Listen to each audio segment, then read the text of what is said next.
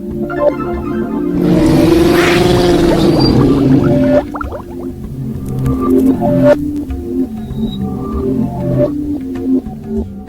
right, welcome back to The Devil in Detail, the Grendel Reread Podcast. I'm Eli. I'm Ben. We're back with our 144th episode, and Eli, it's one we've been waiting to do for 5 years. So that's right. It's the beginning of Devil May Care. Wowie, wow. Indy 500. Yes, man. This is crazy. This was one of the first Grendel Tales that I ever read. I got a trade at a Chicago comic book shop. I can't really remember which one now, but yeah, man, I'm super excited to get into it. But before we do that, Ben, tell me what you've been up to. You've been sending me great photos recently. Oh, that's right. Well, Tony Wolf and I tabled for Cosmic Lion at the Brooklyn Independent Comic Showcase. That's right. In Industry City, Brooklyn. A mere 10-minute Lyft ride from my home, which was incredibly convenient for me. It was nice.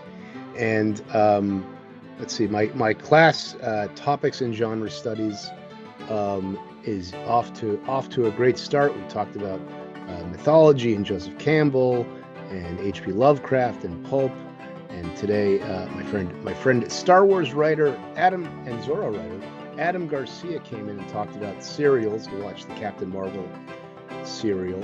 And next week Bob is coming in, and then Matt's coming in after that. And there's some other guests following. So I sent you a photo today of my students, the slide of the quiz of Devil by the Deed. So having them read Devil by the Deed, broken up into two parts, and we had a very good conversation about it. And the students that were the comics head students really liked it. Although one of them was the bulk of the conversation dealt with the darker themes surrounding Stacy and Grendel's one rule, and I was very like, listen, the text explicitly says like Stacy's the one good thing about him, and so they were like, oh, okay, that's, you know, they got off Hunter's case after that. Yeah, this is the slide that I sent you. So they did a very nice job with this. Yeah, they did a nice job with this. It's amazing. So yeah, I don't know. That's really it for me. I haven't been making too much. I haven't really made that much art because I've been teaching new classes and planning new classes. But I want to, and I will. Eli, what are you up to? You will. Cosmic Lion Productions. I mean, it's been a minute since we've chatted. We are gearing up for a show this weekend called Lotzilla at Revenge Of, which is a really cool comic shop in Eagle Rock here in Los Angeles. Also Heroes Con, and I can't remember, I guess it's been a minute since you and I have been together, but since then we have fully secured our distribution with comic shops and book shops with Lunar via Prana and IPG, Independent Publishers Group. So yeah, soon to be Cosmic Lion Productions books worldwide. Yeah, will be available worldwide and in every comic book and book shop. All the smart ones, at least. And we just dropped a new book today, Overkiller by Kevin Tran and Kent True, a brothers team. It's absolutely fire, so that's going to be really cool. Just a ton more stuff happening as always, Ben. Heroes Con is going to be huge. We're going to debut a bunch of new books there, including a new one by Raymar Brunson and Mike Wayans called Dabu. This is the first time I've ever really talked about it, but I always kind of give the Grendelers a little bit of extra zhuzh. So yeah, it's going to be super sick as always. Check out CosmicLionProductions.com for more. That's great. Let's Grendel. Let's Grendel, dude. Let's do it. Let's get to that theme song, and we'll be back.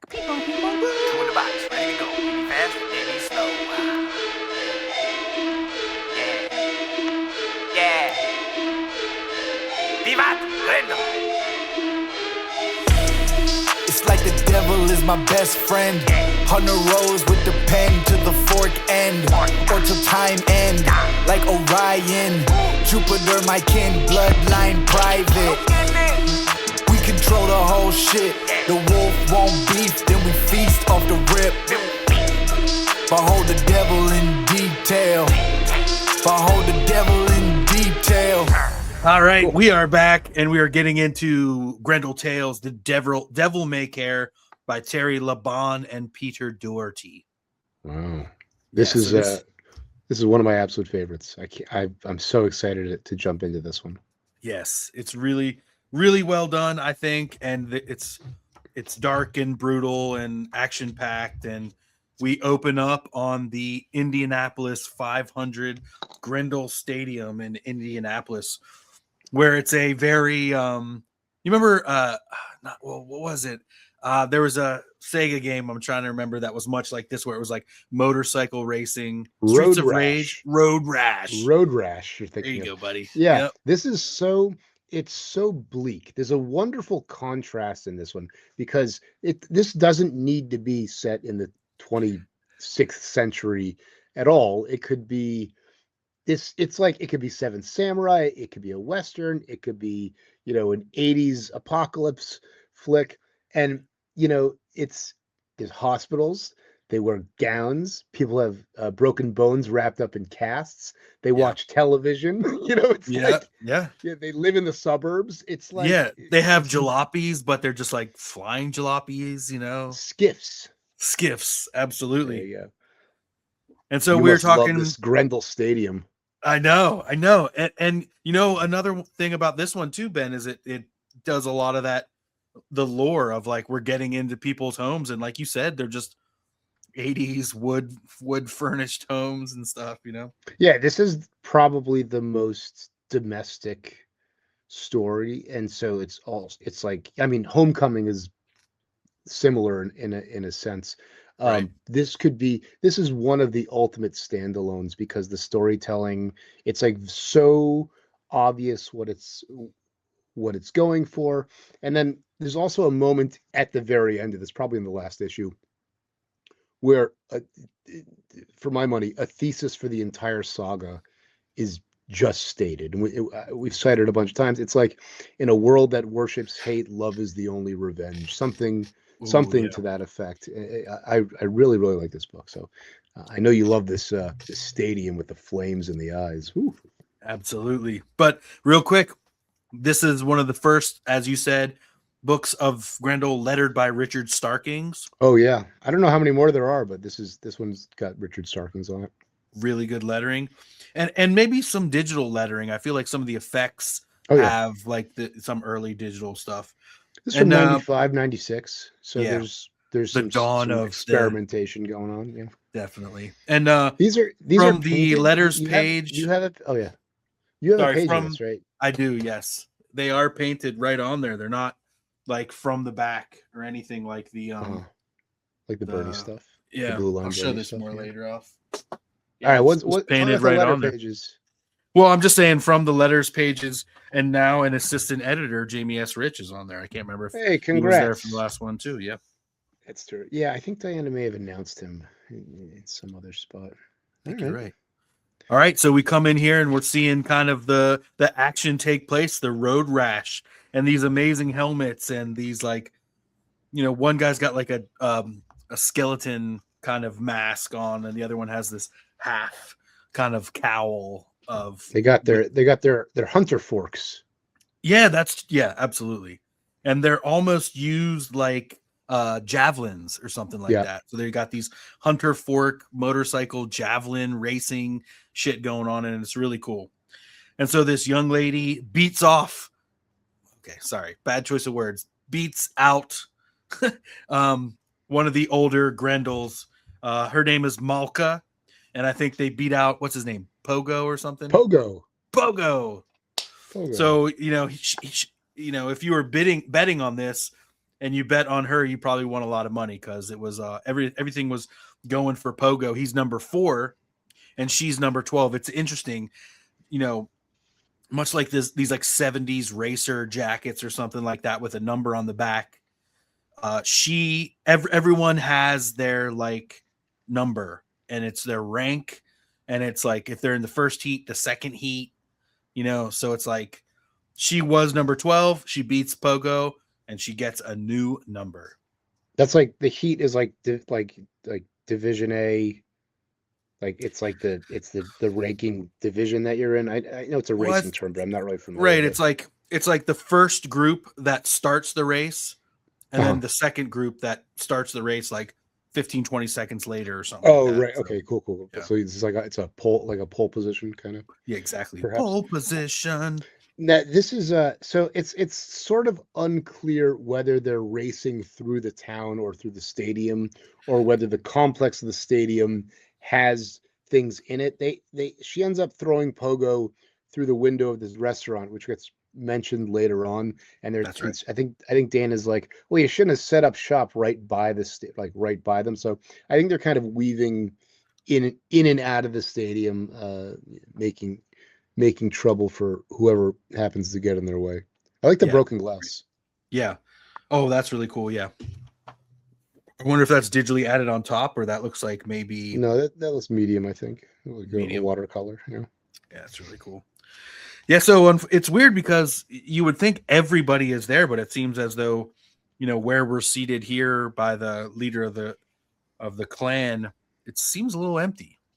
I think what's happening is that they're gearing up for other clans to come in for bigger races, but also the status and standing of the clan is sort of, they're in this transitional time where the old guard, Hack and Pogo, and the older heads at the top are hesitant to allow younger players to take leadership positions. Yeah. And that they might feel insecure about that because numbers are low, which makes Albert's rejection all the more. They don't even have anybody, but they won't take this guy. It's like, Yeah, it's weird. we'll get there. We'll get there. All right, Yeah. we continue, and so we meet the leader of the con here. This very 80s metal. Now, you said Peter Dougherty was known for doing 2000 AD and Judge Dredd and stuff, and I feel like this character is very dready. Not like dready, like well, he's got this like James Cameron kind of chromed out sunglasses kind of thing. Yeah. And his Grendel logo, it's not on his face, it's this like this harness that he wears on bondage his chest kind of. thing. Yeah. Oh man. Yeah, Very I didn't nice. even think of that. It's very almost a Road Warrior, like Yeah. James Cameron-y. Yeah. So she's just saying, I love this little detail too. It's no longer the Indianapolis 500, it's the Indianapolis 5000. 5,000. Malka is a woman, and in Hebrew her name means queen. Oh wow. Just and there's no there. like, oh, she's a woman, she can't do this. It doesn't seem like it's like the only issue is that she's young, not that she's a woman. Is that she doesn't have it's not that she's a woman, it's that she doesn't have she ends up commanding the respect later on, but that's the test she receives. Okay, great. I'm struck throughout this book with how like barren, like it does have like a Mad Max kind of like feel to it, except, and then you get into Dana's house and it's like a house from the 80s. I know. Yeah. So it's like it's like civilization. I'm not really sure, like they referenced Grendel Prime, so it's not really clear when exactly any of these stories take place beyond a general sense, but the civilized quality of it is really teetering. It's a very precarious balance. Yeah. They seem unaffected by anything else going on. And like, I guess so far what we've said is there's just a mention of Grendel Prime, but I mean, everybody everywhere knows Prime. So right, he's not a forgotten legend. No, and he's probably like a boogeyman that the stories continue, And so we go now to the bar. We have a nice establishing shot. Very nice. Very, very nice. Yeah. The painting on the clouds is like amazing. Mm-hmm. Really, really nice. Yeah, he's very like economic, like, the things that he puts attention into, like the chromed out sunglasses or this establishing shot, like get their due. And then there's a very clear like hierarchy of images of like chromatic hierarchy, where like other things are more washed out or atmospheric. This last panel is just like smoke filling the entire thing, and it's very muted and all that. Yeah, it's really cool. And just looking at the background of the bar here, there's like Grendel helmets. People are wearing these like there's an episode of Star Trek TOS too where they wear these like around here with the things. I think Kirk and Spock are like held captive or something, so they kind of have some of that stuff and these big guns on the wall and Grendel symbols. It's great. Maybe a bike hanging from the roof. And they're like, okay, this is the race. And as we were saying, they're just saying that we can't believe that bitch whipped Pogo. But it's like, this con doesn't seem as stupid, jaded, withering as the guy from the previous, from the Edvin and Darko one. The original. It's an opposite character. Yeah, not Khan, but the Igor. Yeah, Igor. Like the general, the warlord. They might. Yeah. Do they call him? I don't think they call him Khan, but they might give him a title at some point. Or Hack. Hack is the leader. Oh, yeah. Boy. He's so hairy and manly. He really is. He really is. Great. All right, continuing. So the conversation just continues. I really like this spread, like the colors and the browns and the darkness here. And so we zoom out from the leaders here. Seems like it's maybe 1, 2, 3. One, like their numbers are 1, 2, and 3 or something maybe. Though I think we get a hint of it here. Oh yeah, 6. The guy with the like braids is 6, I guess, and the other guy looks like 2 or 3. And so Malka has a very quick. She's 12 at the start, right. I think. Yeah. So right, she is, and she's now. She wasn't 4. She wasn't that low ranking. So we're introduced to Albert, who immediately you can see he's not really with the program. Yeah, he's not toasting to Malka. And they're like, "What are you doing, Albert? Why aren't you gonna you're not gonna toast? You're afraid she's gonna kick your ass?" And then here's where we get the quote at the top where it's like, "Look out, Grendel Prime! Look out, Grendel Prime! Here comes Albert!" Like he's all very good acting. Yeah, and he doesn't say much, but then he like flips in a second. It's kind of crazy. Yeah. I'm the transition between the one where he fights the crack and then I'm not really sure what's happening in the second to last panel. I agree with that. Yeah, I'm not exactly sure where that is. So I think what's happening here is that panel, if I'm being really generous, and I don't mind doing that for my favorite comic book of all time, is that this panel is just, it's not really meant to be sequential, but it's more of a transition into the last panel because there's a big shift between, okay, there's chaos in the bar and the kids in the bar are fighting. What else is new? And what else is new? Like they're going off to blow off steam on the skiffs to go terrorize the town. Yeah. So I feel like that second to last one is just it's just like a passage of time transition bit. Yeah, you've got to be right because we don't see anyone with like a ponytail like this, and it's really unclear who is who. But like you said, it's just to serve for them to transition into their looting, the Clockwork Orange ultra violence. It really is because, and again, the tone shift from this brown smoky bar to the like dark black and white. I mean, the panel with the gun in the eye is very much, the Kubrick stare or whatever. It's like very outlaw. Yeah. Oh yeah. Absolutely. This is all silent stuff, heavy shadows. The lens on the skiffs in panel 2 as his Danny Ketch Ghost Rider motorcycle kind of comes right at you. It's very like great perspective as they sort of fan out across the lens. Yeah, absolutely. And yeah, we see them kind of doing all the Hell's Angels-y dastardly deeds that a motorcycle gang will do. Yeah.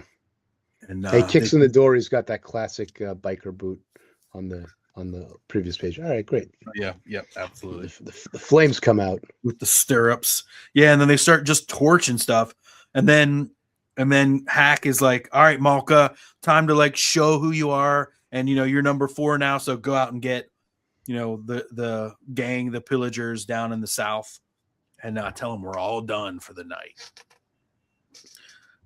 And she goes over there, and they're like lighting shit on fire. They're like doing it, And then Well, this she's guy, hesitant. She's like, maybe they need a little bit more time to burn off the they're steam. He's like, pretty no, you got to drunk. go now. It's like, yeah.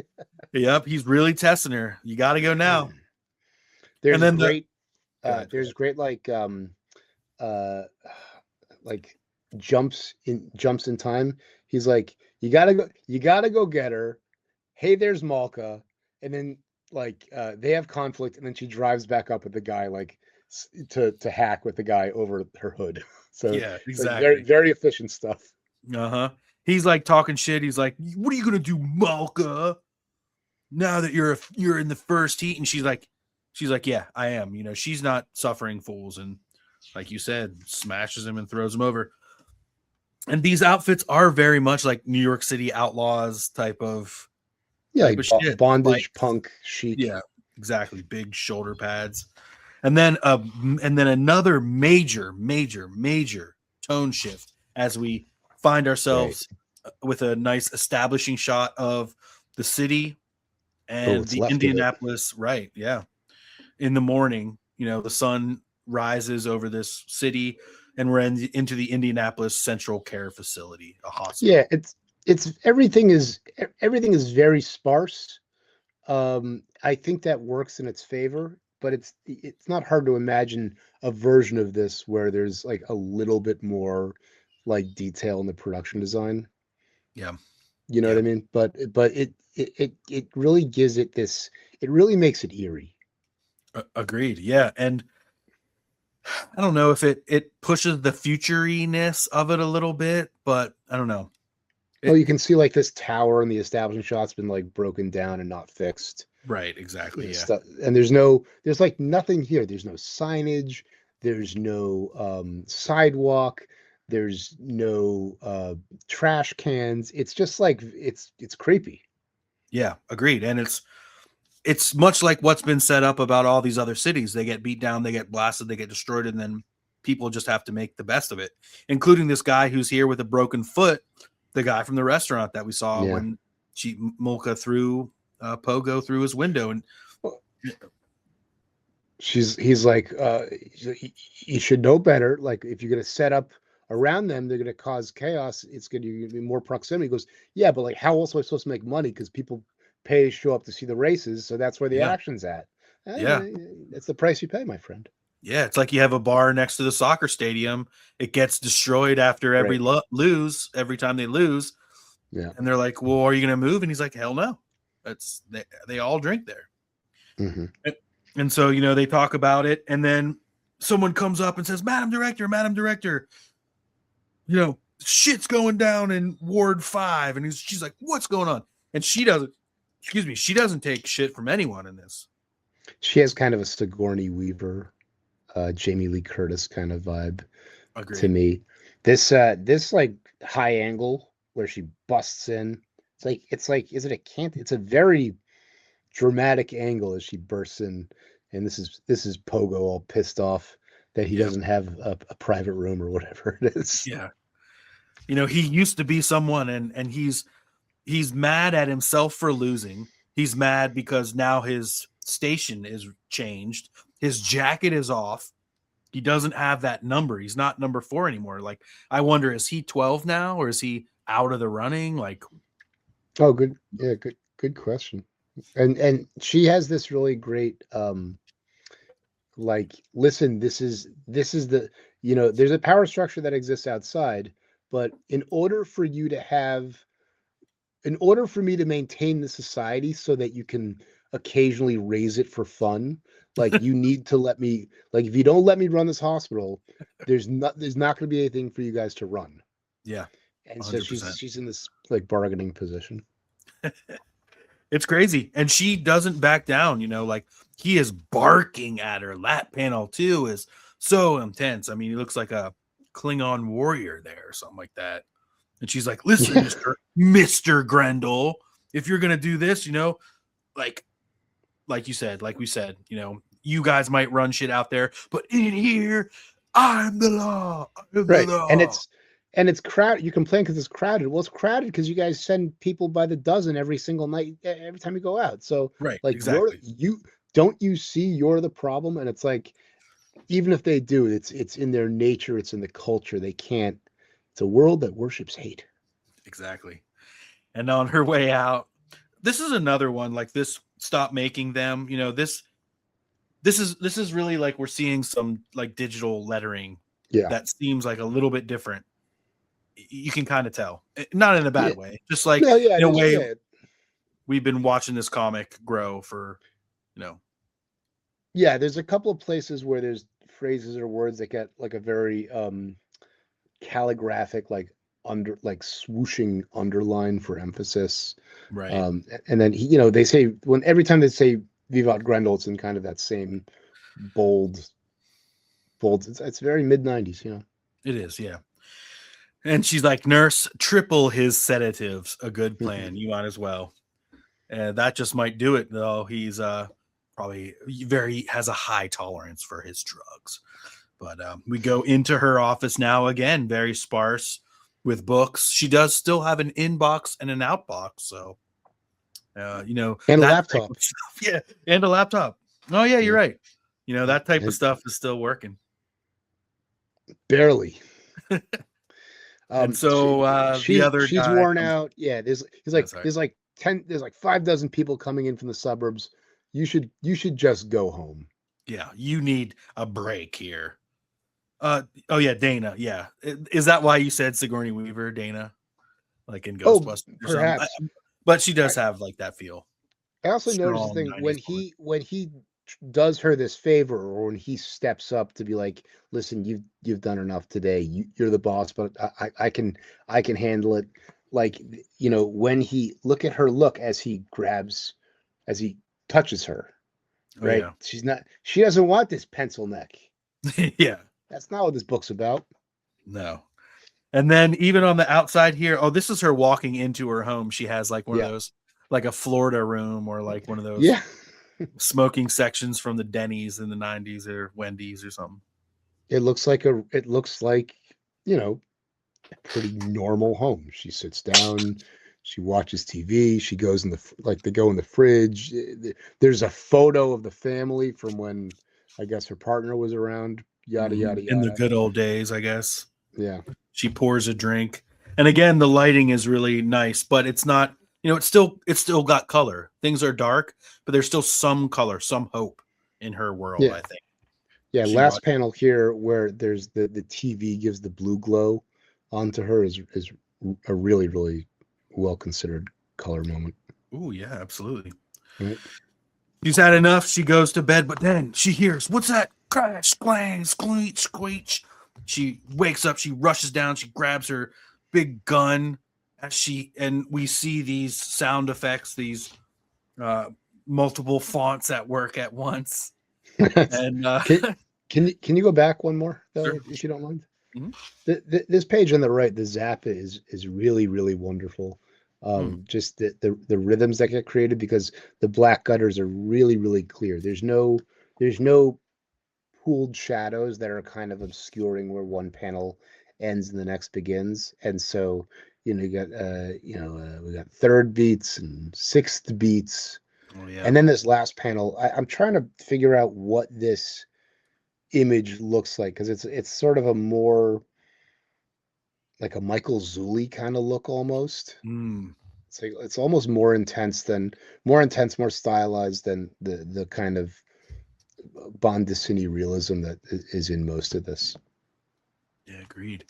Yeah, it looks like that the eyes of that painting where it's like the devil or something that is holding the the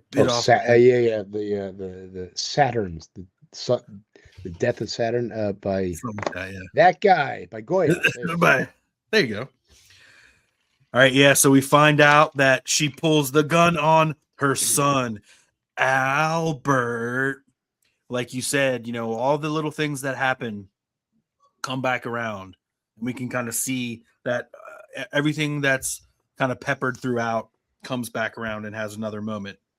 I think what's happening in the first panel, I'm not totally sure. My students always refer to this as like I think that they would call this a dirty POV, because you're using foreground framing, but it's not a POV through the character's eyes. It's it's like the camera's sitting over the shoulder. It's I don't know. It's something to that effect. It just reminds me of that. Yeah, because we're still seeing from the side. It's not like that we're seeing the arms out front like this. It's like yeah, you're right. Very very nice stuff. Yeah, good acting. He's disgusting. And yeah, Albert is a mess, but he just doesn't say anything. But she is like, you know, as his mom, she's like really upset. He's obviously done this before. He's obviously come home a mess, and now he's covered in blood. It's horrible. Yeah, he's rolling covered in blood. His act, he's so, you know, it's like if you take the science fiction element out of it, it's very easy to see like just mother trying to wrangle her teenage son. Right. Who's like gotten into drugs. He's hanging out with a bad crowd. He's like in a gang maybe now. And she's just like kicks him out. That's it. Get out, Albert. Yeah, she reiterates like the kind of the problem that she has in the hospital, which is like, you know, I'm trying to maintain this community and you're actively working against everything that I'm trying to do. That's but what's she gonna do? He's all she has left. Yeah. I'm not going to build it up all day so that you can tear it down all night. This is a nice hospital floor establishing shot. Absolutely. A lot of good zones of interest. A few different people, different beds on the floor, on cots, on gurneys, breathing machines. 70 people came in last night from this. No good. They burned her house down. They don't know where their family members are, their friends, you know what is happening, and then they're all used to it. It's like this is nothing new. Yeah, and to make matters worse, Grendels have rode their motorcycles right up into the lobby and are making demands and making a fuss. Right. This is her deputy director gets his ass kicked by real men. Yeah, well, I think, you know, he maybe is inspired by Dana from yesterday, and he's trying to stand up to him as well. Like, you know, this is our turf, kind of, and they're like, no, Four Eyes. I like how nonchalant the guy is. He's like, get out of the way. As he throws him to the ground. He's not angry. He's just like, oh God. The acting, the acting on 3, where he's like, you like catch him in the moment right before his face lands and his glasses smash and he's all that's awful. Yeah this and his in the I mean both of these poses are great because he's so off balance and fluid as you up and then the landing is like you can really feel the impact of the angle of his spine. Really nice. Yeah, man, it's great. Oof. On the next page here too, the second to last panel. This is tough because there's that part of the bike, the front like shield, then there's the handlebars, then his arms are folded underneath that. Mm-hmm. So like getting all that straight that takes work. Damn. They're just a lot of layers. Yeah, and it's like you gotta design this stuff and draw it over and over again. It's my least favorite thing about making comics. And then from off camera, she's like, God damn it. Put him down. You know, Richard Starkings. Get the fuck out of my hospital. Yeah, get away from her, you bitch. Like, absolutely. Hey, you get your damn hands off her. It's Crispin Glover times Sigourney Weaver to the T. Oh, I'm crisping some of this Glover. All right, here. So I have this page, the original art. Go back to look at that last panel. Look at Hack's acting in that last panel. You know, these guys are first guy is surprised, second guy is contemptuous, and Hack is like very ambiguous reaction. So we're gonna deal with this lady now, but maybe it's worth it. So how long you had this piece for? There's no lettering on this because there's a sheet over top of it that's lettered. So I guess it's not digital, it's hand lettered, I guess. Because there's the sheet, there's like a sheet of lettering over top that I flipped around back. Like on acetate? Yeah. Well, no, it's like on just tracing paper kind of thing. It's interesting. Yeah. Maybe it's a preliminary. Maybe it's a placement or something like that. Oh, for the thing, yeah. Yeah, I mean, this is definitely. I mean, I think it's even credited as Comic Craft with him. Let's see. Yeah, it's interesting. This is just painted watercolors right on the paper. There's no overlay. So, it just seems like pen, pencil to inks to watercolors, or maybe watercolors and then inks over top, or, I don't know the exact He way has he's such, done it. there's such dimension. It's like it's such a unique look. And this is one of those places because it has that European flavor to it where, it's 1995. So what are people reading? Like Azrael or whatever the hell? Like this is completely different. It's like the opposite of whatever, whatever that is going on over there. Yeah, absolutely. Oh, here it is, Batman. What's this Batman? Oh yeah. book? Yeah, this is really cool. There's some good Grendel's Lair stuff going on here. So this is Kelly Jones. Matt says Kelly Jones brings spooky, expressive fun back to this often too serious character. Doug Mensch's tidy two-part stories, and Greg Wright's bright, bold colors all go to say, this is a comic book. Yay. Nice. This is a comic book. Wow. Okay. What issue of Batman? What issues of Batman are those? 524, it looks like. You think is that saying that this is like a fill-in team, or is like Doug Mensch isn't in the middle of he's like taking over for like, I don't know, Chuck Dixon or something like that, or maybe I don't know, like as if I know. I don't know. Yeah, no, it does feel like it's a fill-in, like they're a fill-in team that are like ripping it up.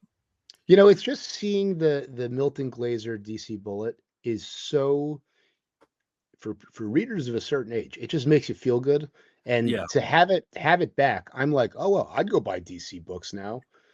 Every time I see it. But I got to tell you, that much weight. Yeah, I bought a trade of Absolute Martian Manhunter, and the inside front and back covers of the trade paperback, blank white. Really? What the hell? No kidding. And I was like, what the fuck is going on here? And also the stock is very thin, and it's just like, oh man. Damn. So, anyway, I didn't read it yet, but one day I will. Well, I like this first letter here to Diana. Now it's to dhc@teleport.com. So that was the original Dark Horse Comics email address. Oh, cool. And so this person, Dan Homer, shout out Dan Homer if he's out there. Could whoever gets this message let Matt Wagner know he has a web page in his honor? It's located at http://www.sojourn.com/tilde/dh5251/abp home.html. And it's not there any longer, of course, and it's not on the Wayback Machine because that's too bad. I couldn't find it. But if Dan Homer's out there, if anybody's got any info about that, hit us up. We'll talk about it next week. So it's funny because clearly this is the beginning of the internet starting to take things over. Yeah. And Diana responds, okay, all you cyberspace surfers, go wild. As for me, I'm crashing and burning on the information superhighway. And it's only 1995. Oh, I know, man. It's really interesting. Just wait. People are talking a lot of great things about Darko and Edvin in this. They're really enjoying that type of stuff. People are like finding it. Which issue are they? Are they like 3 months behind, or like they're talking about like Devil's Choices 4. Yeah. And so I think they're kind of like I think they're able to respond about everything. I wonder how much time before the end of that and the start of this happened. But this person's talking about they first encountered Grendel, the Grendel Thing, a couple of years ago in A1 Volume 4 with that Disraeli story. Remember that? Hey, that's a good one. Yeah, that was really good. That's a Wiggins procedural thing. Yeah. Wiggins investigates. Oh, it was Wiggins's backstory about his tragic death of his sister or something like that. I think you're right. Something good. And so here's something great. Okay, first, cold, metallic, sharp.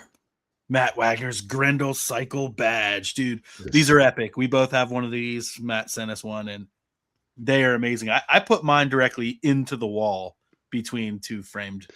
Yeah, mine is on some piece of tchotchke fetish artwork upstairs. What are they? Brendan likes to remind people that you could kill a man with this piece of merch. Yeah, you really could. Matt Wagner and Bone Designs are proud to present this blazing metal badge based on the logo from the recent Grendel Cycle book. Okay. Nice. Well, that's cool. That Yeah. Grendel Cycle book is fire. Maybe we'll cover that Yeah. towards the end of this whole thing. But Ooh. I really do like this. Let's see. Oh, because someone is asking about digital comics, and this might be the first time that they've been thinking about that. And they're like, it could be good. What the fuck is that? I know. They're like, no one will. They will never replace actual books. Yeah. And it could be cool. They could have multimedia and have sounds and animation, which Dark Horse did do The Mask, motion comic CD-ROM, which like I a had. CD-ROM. Yeah, it was really cool. On my YouTube, I have a video that I like. Years later, I took the CD and harvested all the videos for it and put it to a KMFDM song. Yeah. Right. That's it's a really old video on my YouTube here. Very So it's funny talking about that. This ad is just great though. I like that Randy Bowen. This is not a croissant. Oh, is that what it says? No, this is heavy duty. Is that Randy Bowen? I don't know. Yeah, it might be. Fellas, let us know. No, it's just email bowenator@AOL.com or bowen8r@teleport.com. What's teleport.com? That seems like a major website at this point. All right, here at the end we have Sex, Cud, and Rock and Roll, and this is Terry LaBan, the writer of this. This is their book. Are they the artist, or is the artists? They're the writer. Credited? They're the writer. But I guess they do both. They do both, it seems like. On this one, maybe. Yeah. We're doing the pronoun game, so let's see. Is Terry LaBan male or female? It is male. They are male. Okay. All right, that's very nice. And a very nice Grendel back issue bin. Oh yeah, that's a very good way. So is this how many? There's only one more series after this one, I guess. No, there's two. There's Devils. There's the 3-parter by Steve. The one where the vampire becomes a Grendel, or man gives birth to a baby, or a vampire gives birth to a Grendel. I'll figure it out. Steve Lieber, that's the guy. Oh yeah, okay. Devil's Apprentice, yeah. And then that's it. Devil's Apprentice. Yeah. So it's nice to see all the I know you love this, to finally see all the icons lined up in one place. I don't think I'd ever seen the Homecoming one before. Oh yeah, you're right. Oh, it's in there. It's on the back of those. Yeah. It's really got the tribal stuff going on. So there's also an ad for War Child. Okay, so here's the Dark Horse catalog. I see. Okay. Yeah, exactly. And at the bottom, it's like you can order direct through Dark Horse. I think that's what part of this is. You can send a check or money order to Dark Horse Comics, Department IHA 10956, Southeast Main Street, Milwaukee, Oregon.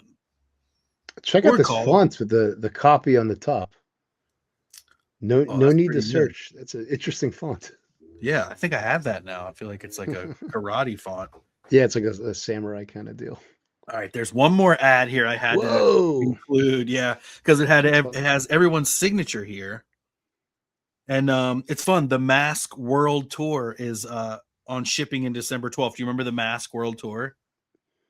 No, I've never. You're gonna hate me. I've never read a Mask comic in my life. Ben, I do hate you, and our friendship is over. It's over. Yeah. Nah, dude, it's sick. This one actually, the Mask World Tour is like the Mask goes and crosses over with all the Dark Horse characters, not Grendel, but Ghost and Barbed Wire and X. Yeah, X, and there's something else with these, like a gray guy with a huge neck. I can't remember what that one is. But it is colored. I know that one. I know that you one. Out of the Vortex. Oof, I can't. Don't know. Wolf Pack. Oof, Eli, how could this is comics' greatest world? How could you forget? Guess who's the colorist of the Mask World Tour, though? Bernie. Hey, that's nice. Very cool. Very cool. What's this? What is this? You're under arrest. This looks nice. Yeah, I like this style. Koshuki. Oh my goddess, that's where I'm seeing it from. Okay. Yeah, that's a good segue into Cosmic Line manga, which is also popping off too. So. That's right. Ask Manus if Oh My Goddess is any good. I've never read it. About it. Don't know anything about it. I like good name. One of the rare good names of a manga that gets translated. Yeah. And this is a great Grendel logo. Another great book, man. This is the second to last Grendel Tales. And I guess it's timed right, because if we do it right, we might finish this right as the new stuff is starting, and then we could do it right as the new stuff is going. Ooh, that would be good. We have 8. I don't know. 5. Yeah, I think it's in July, I think, is when it's starting. Yeah. So if we can do every single week for the next 5 weeks, no, 8 weeks. It will be cutting it close, but maybe we can do it. Maybe we'll finish this one, do the new stuff, then Devil's Apprentice, but man, yeah, we're getting close. Our 5-year mission is coming to a close. Whatever will we do? We have some ideas. We have some ideas. Yeah, it never ends here on the Devil Detail. It'll never end. It will never end. Absolutely. All right, Eli, we learned a lot today. We did. And until next week, Vivat Grendel. And won't you keep on Grendling? And won't you join us in the conversation with whatever commentary you might have down below in the comments? Thank you, guys. Thank you.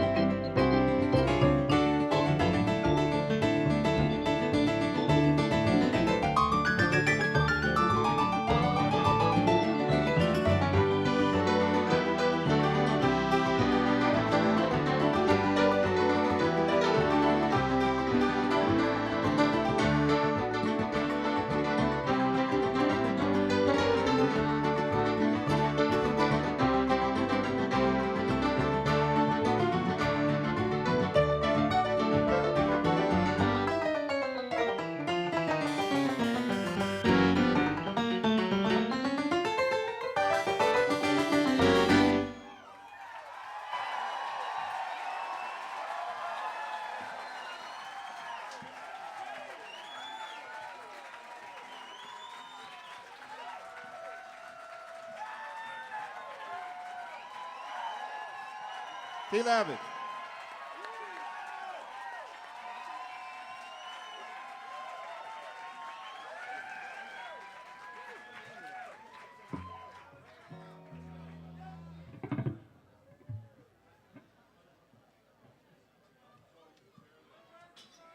That was Friend of the Devil. The other one was China Doll, for those of you who don't know, but I'm sure everybody else knows, except me. Okay. Now we're going to do something called Scarlet Begonias.